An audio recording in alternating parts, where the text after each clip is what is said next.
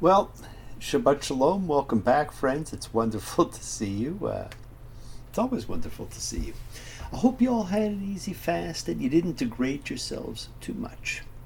And I hope that you applied the organic beauty of Judaism because it is a changing, growing system, and that you afflicted yourself with what you view as affliction in this modern, perhaps progressive 21st century, in whatever fashion you found to be affliction for you. Friends, there are 54 Torah portions in a year, every year. And this week, we are doing number 54. Vazot haberacha.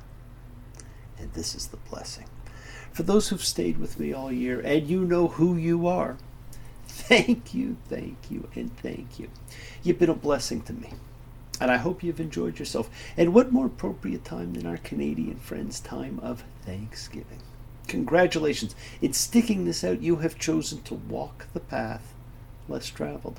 Took an untrodden path once where the swift don't win the race. It goes to the worthy who can divide the word of truth. Friends, those who have listened or watched and learnt from our weekly shows have taken a different path. You've heard things that you may not normally hear. You have thought things you may not normally think. And you have learned things that you may not normally learn. I like to think that our approach to Torah has been a little bit different. Many who live their lives and view themselves as spiritual, if not religious, and even those who pray every day, often live on an enclosed, dogmatic, and categorized version of prayer and practice. But here, in our little community, you learn to understand the reason for things and to appreciate the what and why in ritual and to make it yours. And it's really important to learn to make it yours. Yes, we may go to synagogue when it is dutifully expected, which it was during these days of awe. We may even rise when we should rise and sit when we should sit. Some of us can read and sing along with the rabbis and the cantors and shout out Amen in all the right places. We have all sat and seen those who may even prattle through the prayers with envious ease. But friends, are we sacrificing the living spirit of what we are there for the appearance of practice? Quite frankly, very few Jewish practices have proved harder for us as a people than knowing how to pray. How many of you have stood at the gates of prayer, unsure of what to do or what to say, unable to enter, unsure even of who to ask? I don't know about you, but I find that Hebrew can be very difficult. And you all know my feelings of translations. Most just don't read that well. And there usually isn't someone standing there explaining what we are doing or why.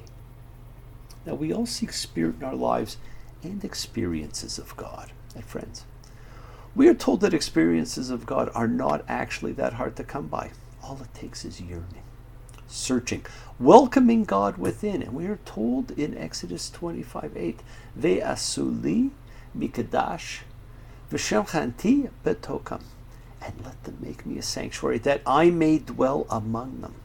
We have talked about this, and we will talk about it some more. Friends, this week, we are in the Chol HaMoed, the intermediate days. And there are two periods of Chol HaMoed. One is for Passover, and one for Sukkot. And we are in the intermediate days of Sukkot. And we will talk about them shortly, and we will talk about the sanctuary from the verse I just quoted. I'm sure most of you know Chabad. They're everywhere. And you recognize their members by their black clothes, their beards, their hats. And Chabad has as its main work of philosophy a book known as the Tanya. And it was made up of 5 different parts. And it's been called by, basically 3 different names. The Likutei Amarim, which are the collected discourses. The Tanya, from the first word, we've learned that the first word dictates what things should be called. And it deals with the mystic descent of the soul. It's also been known as the Sefer Shel Bononim, the Book of Intermediaries and Intermediates. And this is the third of the three books we talked about during Rosh Hashanah and Yom Kippur. The first was for the good, the Tzaddik, the righteous man. The second was for the Rasha, the wicked man. Those two were already given. We know what's going to happen to them. And then there was the third, the one we're all in, and the one that we were hoping to be sealed in for the year, the book of the intermediates, the Benoni. And friends, the Tanya, as it is called, has gone through many, many, many revisions over time. But the one thing that is one of its constants that it says is God has to remain be'alem v'chester, or God has to remain concealed and in hiding. And as a quick aside, you may have noticed that the verb for hiding is chester, from which we get Esther, the name of the queen whose background was hidden, and which gave rise to Purim. But that, as they say, is another story. And those who've stayed with me for the year heard me talk about the diminishing role that God played in the Tanakh. And the reason for this, the Tanya says, is because this is the only way that we can have freedom of choice. Friends, the Torah is based on our ability to celebrate freedom. And one of the things I pointed out in earlier parshas, and will point out again, is how important both our individual freedom and choice is, as well as our collective freedom and choice. We even saw it in spiritual worship, when the patriarchs would refer to their God and the God of their father, and which pointed out something very important, which the Baal Shem Tov referred to. He said, there was an order. First comes my God, then the God of my father. Friends, make your spiritual practice yours. And then you can try and make it the practice of your father if you want to. But you never have to. But you do need to make it yours. Many who pray or try to do so by rote. Instead, let us give that word the highest kavanah, the highest intention. Make it for you. Never feel out of place or alone. Any questions you may have is only an email away. Friends, you have taken a road less traveled. Life is about the journey. Love it. Live it. We've reached the real end of the 5 books of Moses now, and the Torah ends with Moses' blessing and his death. And his blessing is a blessing to the tribes and serves as a parallel to Jacob's blessing of his sons in Genesis 49. And his final words to the people are, happy are you, Israel, a people saved by God. Remember, friends, Israel isn't a place, it's a name. And here, it's a people. It was the name given to Jacob after his dream of the ladder going to heaven when he awoke and wrestled with the divine being through the night. And it means wrestles with God. It's something each and every one of us has done during our lifetimes. And so remember that Moses' final words are to all of us. The people who wrestle with God are the people saved by God. He ascends Mount Nebo, and God points out the land that was promised to Abraham, Isaac, and Jacob. And so the Torah concludes not as a history, but as a prelude, a promise of the future. The future is still to be told. The legacy to the patriarchs is now beginning, and we continue to write that history every single day. The death of Moses is anticlimactic. He dies, God buries him, and no one knows his burial place to this day. And so his tomb cannot be venerated. Now it's time to say good night, sleep tight. Now the sun turns out his light. Good night, sleep tight. Moses occupied a unique place in the Bible. He lived his life in a sacred space between God and man. When he spoke to God, he represented the people. And when he spoke to the people, he represented God. And just for fun, as the Torah began in controversy, it ends in controversy and confusion. And with a strong hand and all the great fear that Moses did before the eyes of Israel. And for the first time, the fear and the strong hand are ascribed to Moses, who kept saying it was never him but God. And now we are left to wonder, what was of God and what was of Moses. The patriarchs were the story of individuals within a family, each of whom God had his own relationship with. And it was a private relationship. And we saw how God went from engaging with a single individual to engaging through a single individual, Moses, as he gathered the people together. And friends, right now we are in the midst of one of the 3 holidays which God sanctifies in the Bible that calls for the people to gather together. It's when Jews the world over retreat to the little huts that they attach to their homes, made from wood and reeds. And I gotta say that, the other night I saw one that was made of canvas, and there was a sign on it telling me that it was kosher. What makes it okay. And it's where the people eat, and where some will actually sleep, and where many wonder why they are doing this and what it represents. These huts are also known as booths, and their origin is fascinating, simply fascinating, and we are given a clue about them in the Torah reading for this holiday. And every major holiday has a particular reading assigned to it. And for Sukkot, it is Exodus 33:12, where Moses asks God how he will lead the people to the promised land. And God tells Moses he will travel with them. And Moses says, "Show me your glory." The man who hid his face at the sight of the burning bush out of the fear of looking upon God now tells God to show himself to him.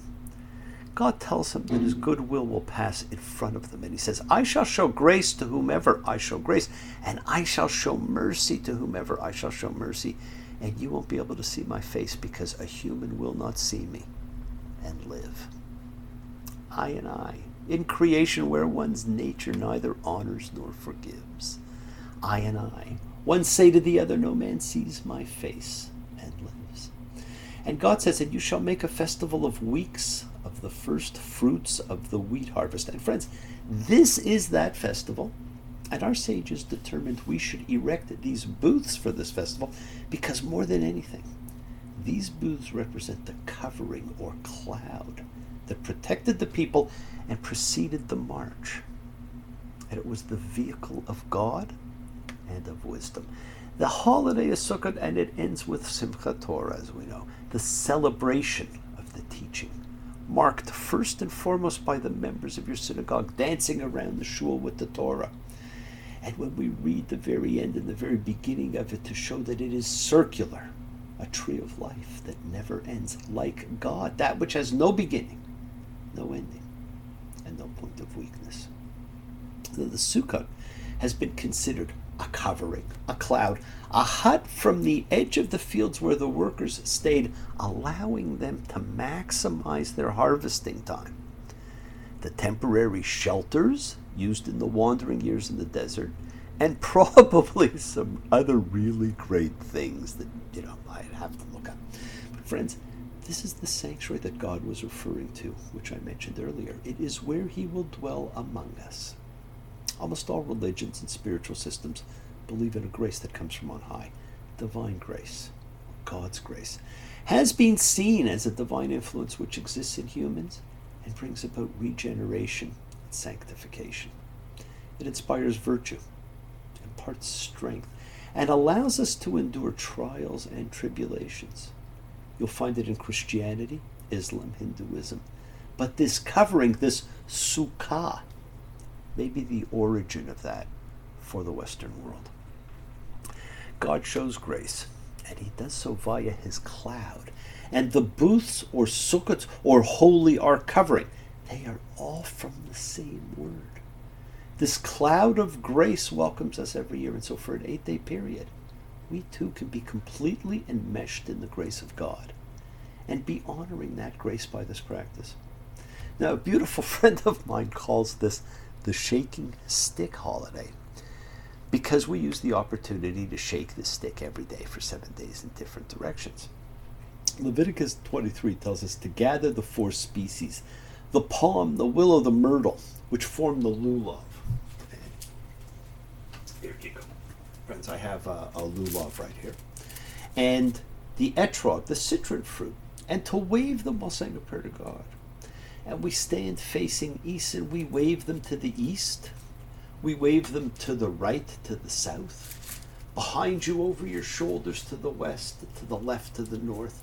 We raise them above us and we lower them below you. And we use a drawing in motion. You cast it out and you draw it in 3 times in each direction. Now, I don't know if you got to see that properly. I don't fish, but I wonder if it's like the motion of casting a fishing rod. I'll have to check with my good friend Malcolm on that, but it's what it reminds me of. And friends, by going in all directions, you are completely enveloping yourself in the grace of God. The wicked know no peace, and you just can't fake it. Wherever I am welcome is where I'll be. As I look around this world, all that I'm finding is the saving grace that's over me. Friends, enjoy your time in God's grace. It exists all around you, all the time. But for this one brief moment in time, you can be aware of what you're enveloped in. So remember, the next time someone invites you to share a meal in a sukkah, jump at the chance, because you will be surrounding yourself with the grace of God. Friends, we are used to studying the Torah in small weekly sections, these 54 different parshas. And when our rabbis and spiritual leaders sermonize, it is from only a part of that part. And so we may lose sight of the whole. I have tried to give you more than a part of a part, but there is so much, and because of its organic nature, it evolves and changes and impacts in new and different and exciting ways all the time. If you read Rashi's comments, you notice he tried never to lose sight of the whole while commenting on its part. He taught us to read and to question it. So, my friends, I am not here to parrot him, but to carry on from him and to encourage you to carry on from him and to question and learn more. And I invite you to keep continuing with your journey. The Tanakh, an acronym for the Torah, which is the teachings, the Nevi'im, which is the prophets, and the Ketuvim, which is the writing. The Tanakh is a whole made up of parts. And in beginning again, we remind ourselves that we don't just pick a section and comment. There is an order to things. By his truth I can be upright, by his strength I do endure, by his power I've been lifted, in his love I am secure. You can never have enough love. You can never give enough love. You can never get enough love. What the world needs now is love, sweet love.